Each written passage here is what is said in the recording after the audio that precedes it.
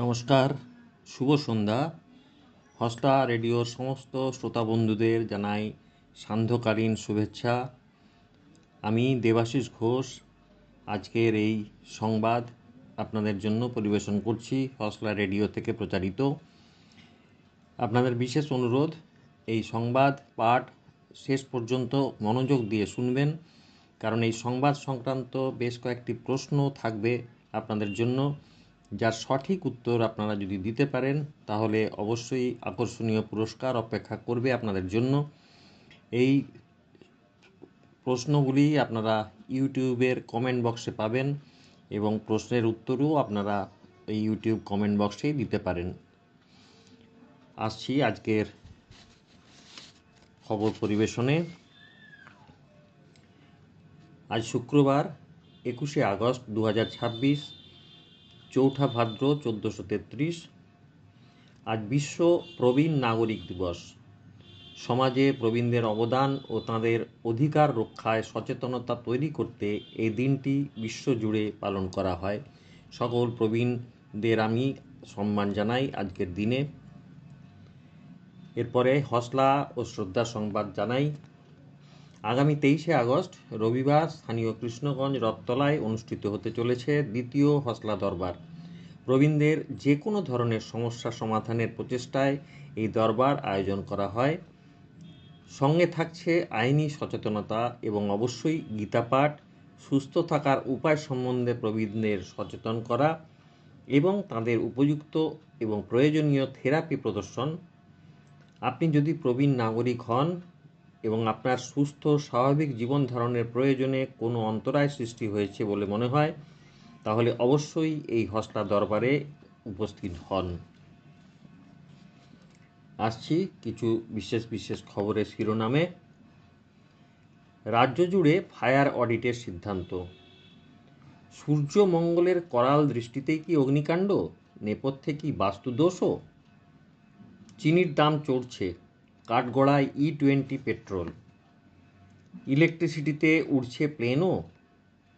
পদের ভার, ছাপ পড়ছে না বেতনে। ডিগ্রি দেওয়ার অনুষ্ঠানে আকর্ষণ প্রাক্তন ছাত্রই। এরপরে থাকবে খেলার খবর। আসছি বিস্তারিত খবরে। রাজ্য জুড়ে ফায়ার অডিটের সিদ্ধান্ত প্রশাসনের। প্রথমে বীরভূমের তারাপীঠ, তারপরে কলকাতার মির্জা গালিব স্ট্রিট। দুদিনে রাজ্যের দুই প্রান্তে হোটেলের অগ্নিকাণ্ডের জেরে 18 জনের মৃত্যুর পরে কঠোর পদক্ষেপ করল প্রশাসন। রাজ্য সরকার সিদ্ধান্ত নিয়েছে আর অপেক্ষা নয়।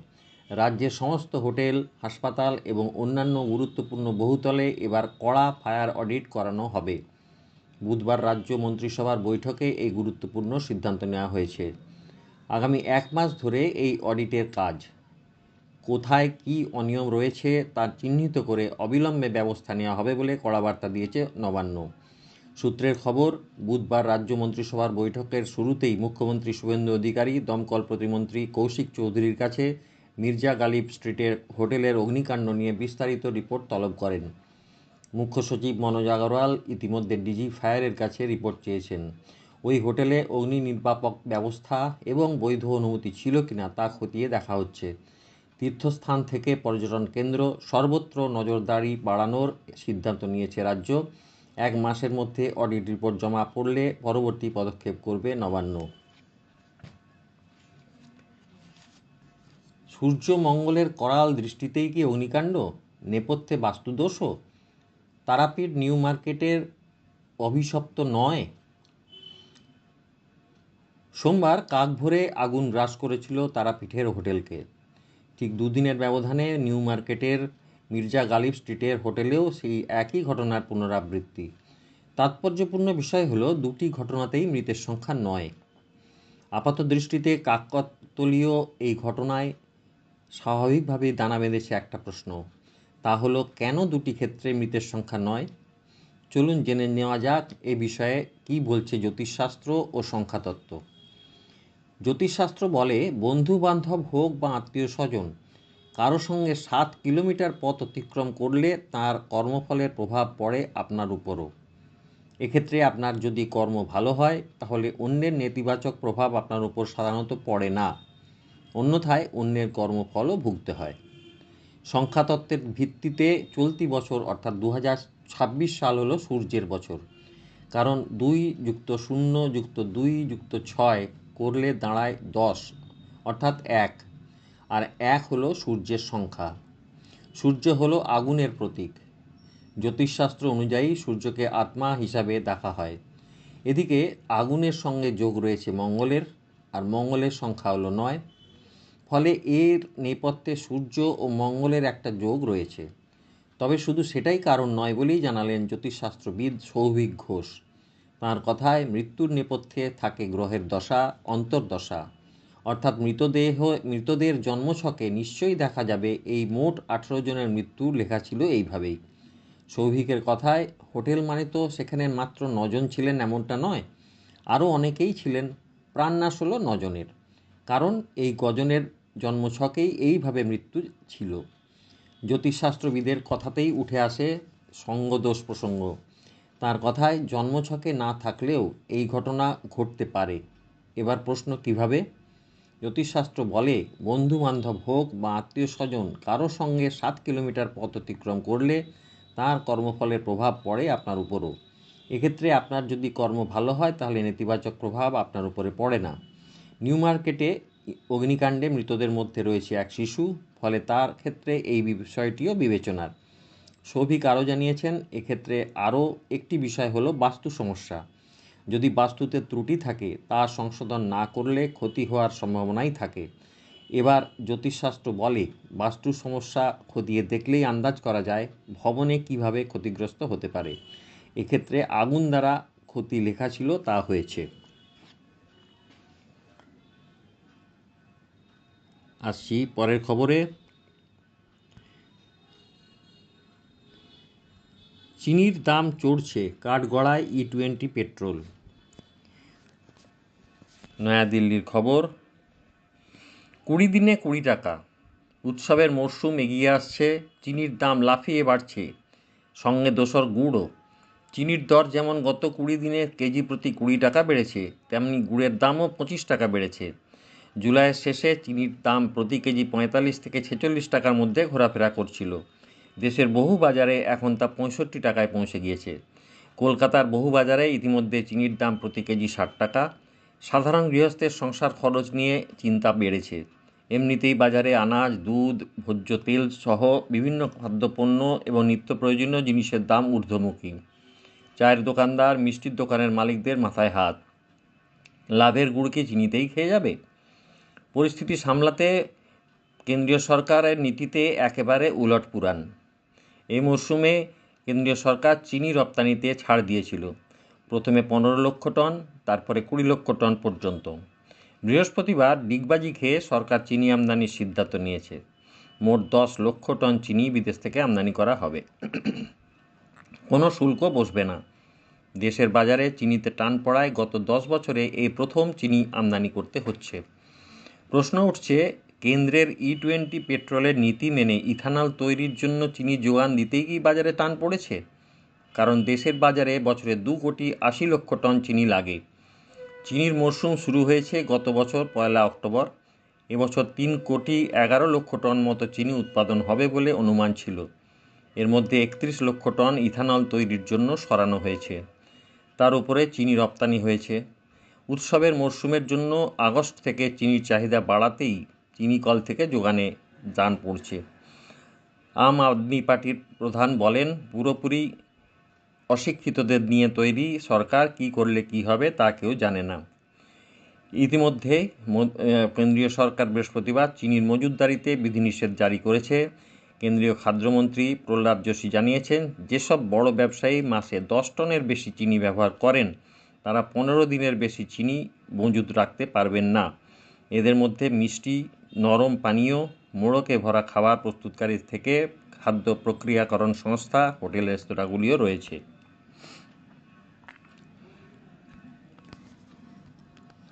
খবর শুনছেন ফসলা রেডিও থেকে।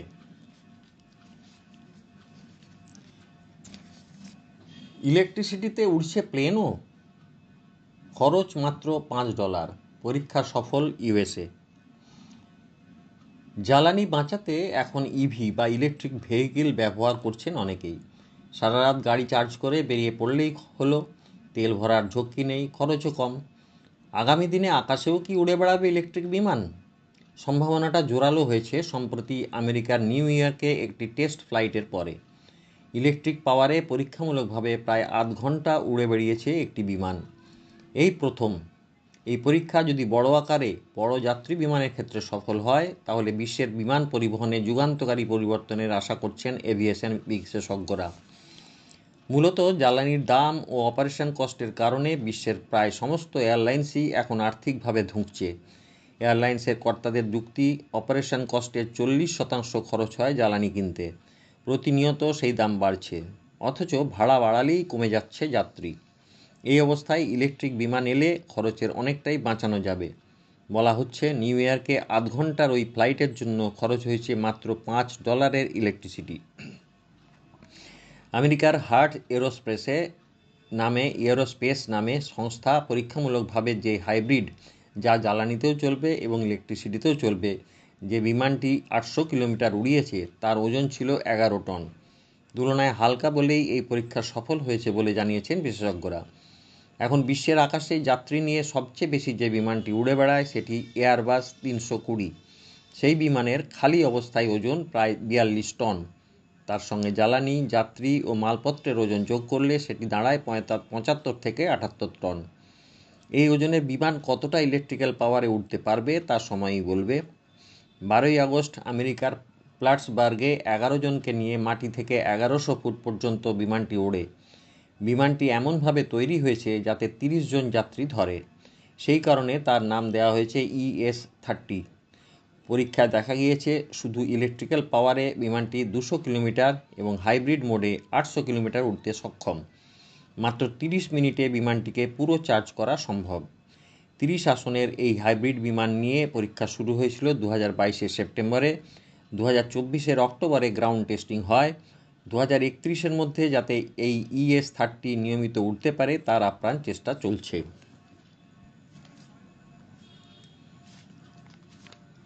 পদের ভার, ছাপ পড়ছে না বেতনে, অসন্তোষ বাড়ছে দেশে।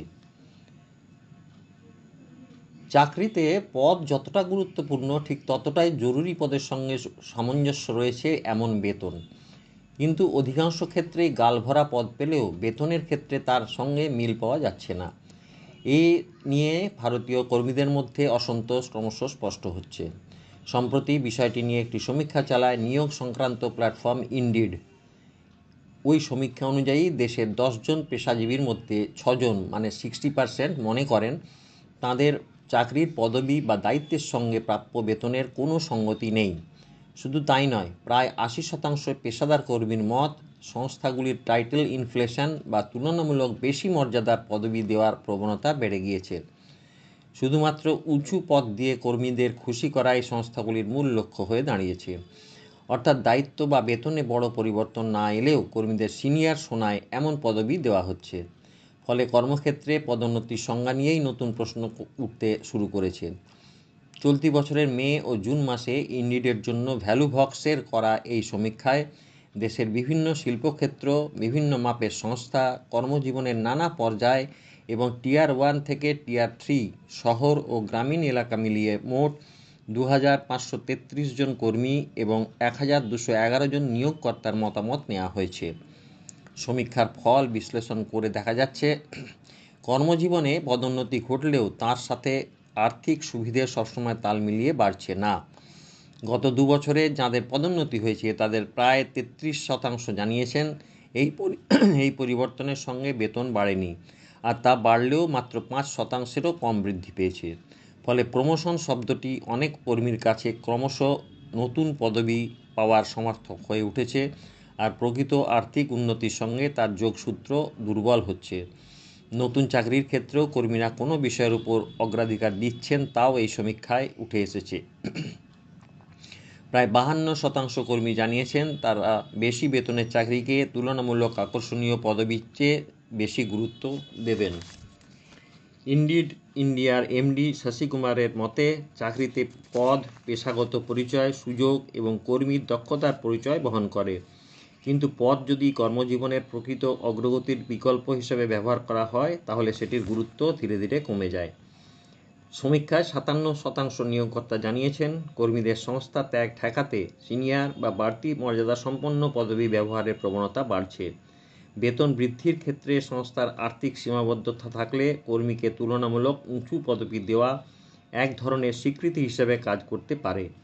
এর মাধ্যমে নতুন প্রার্থীকে আকৃষ্ট করা কিংবা ভালো কর্মীকে সংস্থায় ধরে রাখা সম্ভব হয়, অথচ সমান হারে বেতন বাড়ানোর প্রয়োজন পড়ে না। আসছি পরের খবরে। ডিগ্রি দেওয়ার অনুষ্ঠানে আকর্ষণ প্রাক্তন ছাত্রই। গুয়াহাটি। সাধারণত সমাবর্তনে পাশ করার শংসাপত্র হাতে নিয়ে পরীক্ষার্থীরা বিশেষ অতিথিদের বক্তৃতা শোনেন, কিন্তু ব্যতিক্রম ঘটতে চলেছে গুয়াহাটি বিশ্ববিদ্যালয়ে। উপাচার্যের হাত থেকে পাশ করার শংসাপত্র হাতে নেওয়া ছাত্রই হতে চলেছেন প্রধান অতিথি। তাঁর বক্তৃতা শুনতে জড়ো হবেন অধ্যাপক ও বিশিষ্টজনেরা। 60 বছর পরে গুয়াহাটি বিশ্ববিদ্যালয় থেকে স্নাতক উত্তীর্ণের শংসাপত্র নিতে আসছেন মিজোরামের প্রাক্তন মুখ্যমন্ত্রী ও প্রাক্তন জঙ্গি নেতা জোরামথাঙ্গা। 1966 সালে মণিপুরের ধনমঞ্জরি কলেজ থেকে ইংরেজি বিষয়ে নিয়ে স্নাতকের চূড়ান্ত পরীক্ষায় বসেছিলেন জোরামথাঙ্গা। সেই সময় কলেজটি গুয়াহাটি বিশ্ববিদ্যালয়ের অধীনস্থ ছিল। তিনি দ্বিতীয় বিভাগে উত্তীর্ণ হয়েছিলেন, কিন্তু পরীক্ষা শেষ হওয়ার পরই আত্মগোপন করে লালডেঙ্গার নেতৃত্বে শুরু হওয়া সশস্ত্র আন্দোলনে যোগ দেন জোরাম। ফলে বিশ্ববিদ্যালয় থেকে তাঁর স্নাতক ডিগ্রির শংসাপত্র আর সংগ্রহ করা হয়নি।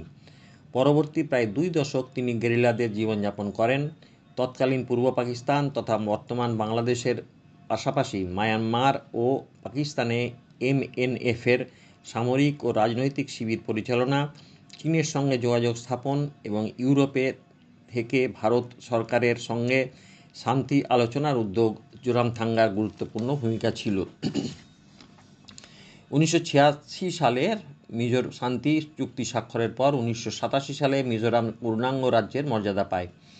এরপরে লালডেঙ্গার নেতৃত্বে গঠিত সরকারে জোরামথাঙ্গা শিক্ষা অর্থমন্ত্রীর দায়িত্ব পালন করেন। 1990 সালে লালডেঙ্গার মৃত্যুর পর থেকে জোরামথাঙ্গা MNF-এর সভাপতি রয়েছেন। 1998 থেকে 2008 সাল পর্যন্ত পরপর 2 মেয়াদ এবং 2018 থেকে 2020 সাল পর্যন্ত তৃতীয়বার তিনি মিজোরামের মুখ্যমন্ত্রী হিসাবে দায়িত্ব পালন করেন। 2026 সালে জোরামথাঙ্গা আত্মজীবনী from guerrilla fighter two chief minister ইংরেজিতে প্রকাশিত হয়েছে, কিন্তু এত ব্যস্ত জীবনে স্নাতক ডিগ্রির শংসাপত্র আর সংগ্রহ করা হয়ে ওঠেনি। অবশ্য তিনি ম্যাট্রিক ও প্রি ইউনিভার্সিটি পরীক্ষায় উত্তীর্ণ হয়ে পাওয়া শংসাপত্রগুলি যত্ন করে গুছিয়ে রেখেছিলেন। 82 বছর বয়সে এসে জোরাম সিদ্ধান্ত নেয় স্নাতক হওয়ার প্রমাণপত্রটিও বাড়িতে আনবেন। সেই মতো যোগাযোগ করেন বিশ্ববিদ্যালয়ের সঙ্গে। বিশ্ববিদ্যালয়ের তরফে জানানো হয়, আগামী 20 আগস্ট গুয়াহাটি বিশ্ববিদ্যালয়ের ফণীধর দত্ত সেমিনার হলে একটি বিশেষ অনুষ্ঠানে বিশ্ববিদ্যালয়ের উপাচার্য অধ্যাপক ননীগোপাল মহন্ত জোরামথাঙ্গার হাতে তাঁর বহু প্রতীক্ষিত স্নাতক ডিগ্রির শংসাপত্রটি তুলে দেবেন। সেই অনুযায়ী গতকাল এই অনুষ্ঠানটি হয়ে গেছে।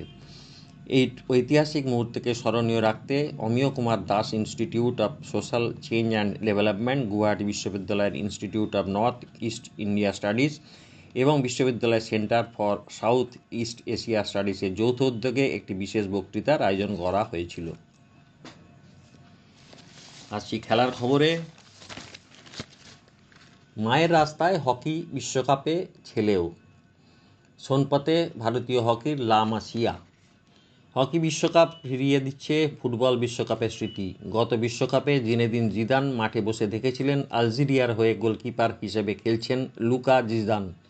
একইভাবে ভারতের মেয়েদের হকি টিমের প্রাক্তন অধিনায়ক প্রীতম রানী সিয়াচের ছেলে জসদীপ এবার বিশ্বকাপে খেলছেন ভারতের হয়ে। 1998 সালে নেদারল্যান্ডসে মেয়েদের বিশ্বকাপ ভারতের নেতৃত্ব দিয়েছিলেন প্রীতম। এখন হরিয়ানার সোনপতে স্বামী কুলদীপের সঙ্গে একটা হকি একাডেমি চালান প্রীতম। কাকতালীয় হলেও সেই নেদারল্যান্ডসেই ভারতের হয়ে বিশ্বকাপ অভিষেক হলো জসদীপের। ভারতের ডিফেন্সে নির্ভরযোগ্য ভূমিকা নিচ্ছেন জশদীপ। ছেলেদের গ্রুপে ভারত ইতিমধ্যে দ্বিতীয় রাউন্ডে পৌঁছেছে। একইভাবে মেয়েদের গ্রুপেও ভারত এদিন ইংল্যান্ডের সাথে তীব্র লড়াইয়ের পরে ম্যাচ 0-0 ড্র রেখে বিশ্বকাপের পরের রাউন্ডে পৌঁছেছে।